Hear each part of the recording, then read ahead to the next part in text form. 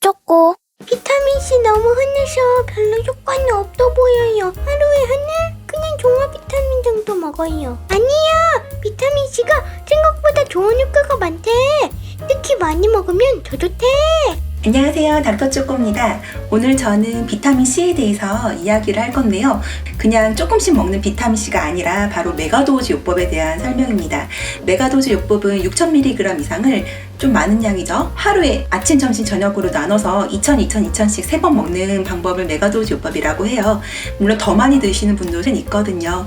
제가 처음 비타민C 강의를 들은 거는 의과대학 학생 때 미생물학 강의 시간에 오신 이광호 교수님의 수업을 듣고 나서 알게 됐어요. 비타민C 박사님으로 이왕재 교수님이 무척이나 유명하시잖아요. 그 이왕재 교수님도 이광호 교수님의 비타민C 수업을 듣고 처음 메가도즈 요법에 대해서 알게 되었다고 합니다.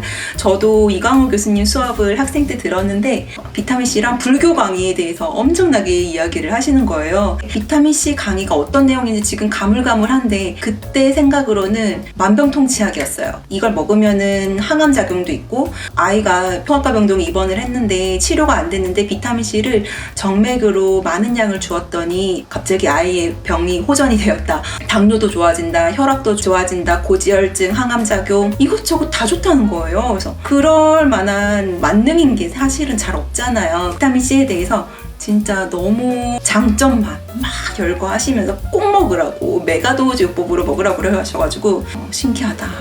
이게 진짜일까? 하고 약간 의문을 갖고 있었어요. 그러면서 나도 이제 공부를 해봐야겠다라는 생각을 하고 서점을 갔는데 그때 처음 발견한 책이 이왕재 교수님이 썼던 책인데 이 책이에요. 책 이름이 비타민C가 보이면 건강해 보인다. 그냥 좋다 이렇게 얘기를 하는 거는 사람들에게 신뢰를 안 줘요. 하지만 이제 논문을 바탕으로 또 연구, 과학의학이 접목돼서 설명이 되어 있기 때문에 그래서 좀 더 신뢰를 갖게 된 것 같아요. 이 책 자체는 지금은 절판이 돼서 구입을 못하고요. 새로 계속 개정된 판이 나오더라고요. 이 책을 샀는데 이 책에는 약간 기독교적인 내용이 많이 들어있고 여기는 그런 내용이 좀 빠지고 좀 최신지견의 논문이나 또 연구들이 이 안에 들어있더라고요.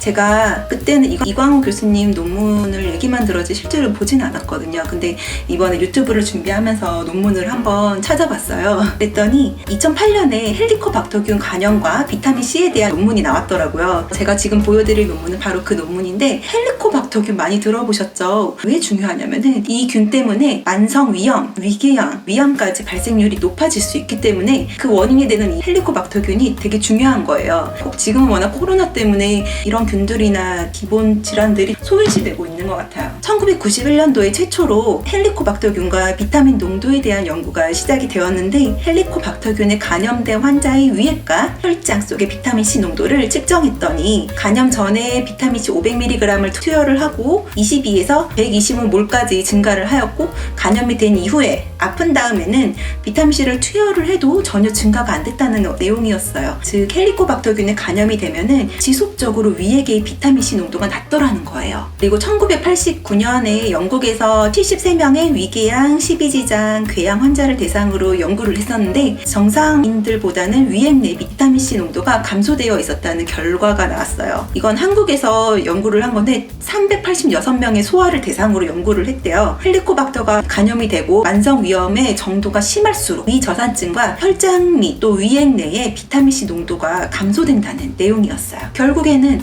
아픈 사람에게서 측정을 해봤더니 비타민C가 감소되어 있다는 거죠. 그 말은 아픈 사람의 치료에는 내 피 속에 있는 비타민C가 열심히 일을 해서 다 소모가 된다는 거죠. 그래서 비타민C가 병의 예방에도 도움이 되긴 하지만 병의 치료에도 많이 쓰인다는 거예요. 특히 이렇게 감소된 환자들에게 비타민C를 넣어주게 되면 치료 효과가 높아진다는 거죠. 사람들이 비타민C에 대해서 오해를 하고 있는 게 여러 가지가 있더라고요. 하루 섭취 권장량이 아주 낮게 측정이 되어 있어요. 여기를 보시면 하루 섭취 권장량은 괴혈병 예방 정도의 최소한의 양일 뿐이고 사실은 다량을 섭취해도 큰 부작용은 없고 우리 몸을 손상시키는 산소 라디칼, 프리 라디칼을 이야기해요. 이거를 없앤다는 거예요. 이게 제일 중요해요. 산소 라디칼은 영어로 프리 라디칼이라고 이야기를 하는데 프리라디칼은 동물이나 식물의 체내 대사작용에서 생성이 되는 산소 화합물인 활성산소를 이야기를 하는 거예요. 활성산소는 체내에 적당량이 있으면은 이물질로부터, 세균으로부터 몸을 방어를 하는데 과다 발생하게 될 경우에는 정상세포까지 무차별적으로 공격을 해요. 그래서 각종 질병과 노화의 주 요인이 된다고 합니다. 이 산소 라디칼은 바이러스나 세균이 우리 몸에 들어올 때 면역 반응을 일으키잖아요. 근데 면역 반응을 과다하게 일으킬 때 생성이 많이 돼요. 그 프리 라디칼이 폐에 가게 되면 폐렴이 생기고 기관지 또는 방광, 간, 심장까지 다 침범을 할 수가 있어요.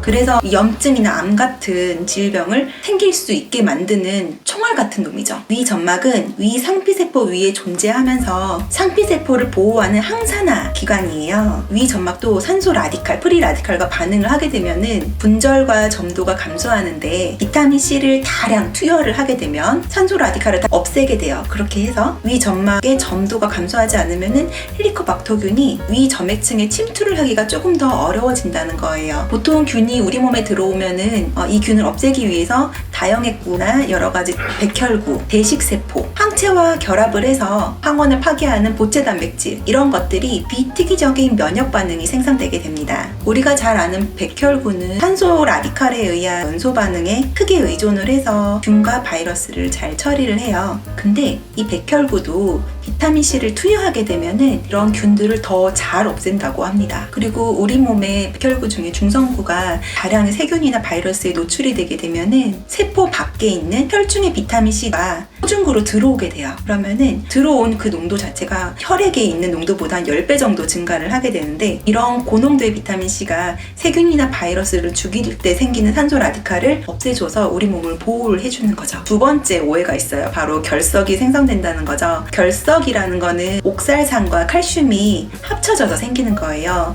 옥살산은 비타민 C 대사 과정 중에 생기는 하나의 물질인데 칼슘은 우리가 식품으로 섭취를 하는 거죠. 그 식품으로 섭취하는 칼슘과 비타민 C 대사산물 중에 생기는 옥살산이 아주 소량이긴 하지만 이게 결합을 하면은 뭐 결석이 생길 수는 있어요. 하지만 사실 결석이 잘 생기는 사람도 물을 많이 먹게 되면은 소변 중으로 다 배출이 되거든요. 결석은 점점 커져서 막아가지고 통증을 생기게 하는 건데 커지기 전에 물만 많이 마시면은 결석이 그렇게 커지지가 않아요. 결론적으로 비타민 C를 많이 먹어도 수분을 많이 섭취하게 되면은 결석이 잘 안 생긴다는 거죠. 만약에 내가 예전에 결석이 생겼던 분이라면은 비타민 C를 많이 먹는 거는 조금은 조심하는 게 좋지만 그런 경험이 없다면은 충분한 양의 물을 많이 먹고 비타민 C를 먹으면은 결석은 걱정을 안 하셔도 될 것 같아요. 제가 비뇨기과 선생님한테 진짜 비타민 C 메가도즈법을 한 사람 중에서 결석이 생겨가지고 온 사람이 있느냐 하고 물어봤더니 임상 중에선 단 한 명도 본 적이 없대요. 충분한 물만 많이 먹어준다면은 다 예방이 될 수 있는 거거든요. 비타민 C로 받을 수 있는 그 장점이 훨씬 크기 때문에 그래요. 오해 세 번째가 비타민 C가 소변으로 다 빠져나간다는 그런 말이 있죠. 왜냐하면 수용소 비타민이가 물에 녹겠죠.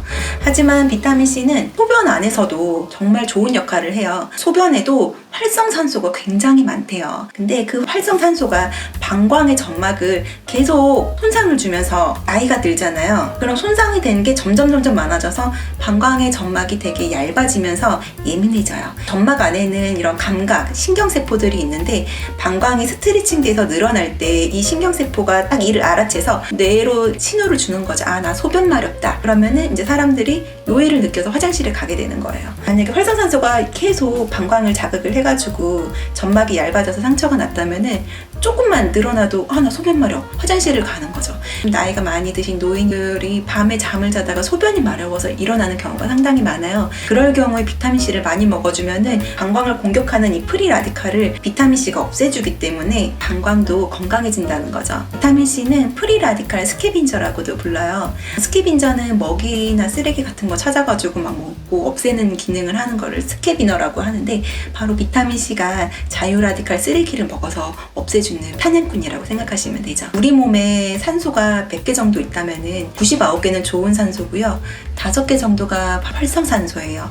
독성을 가지고 있기 때문에 이 활성산소가 점점 늘어날수록 우리는 점점 죽음에 가까이 간다고 생각을 하시면 돼요. 몸이 노화되고 아프고 손상을 받게 되는 거죠. 이 자유 라디칼, 프리 라디칼 때문에.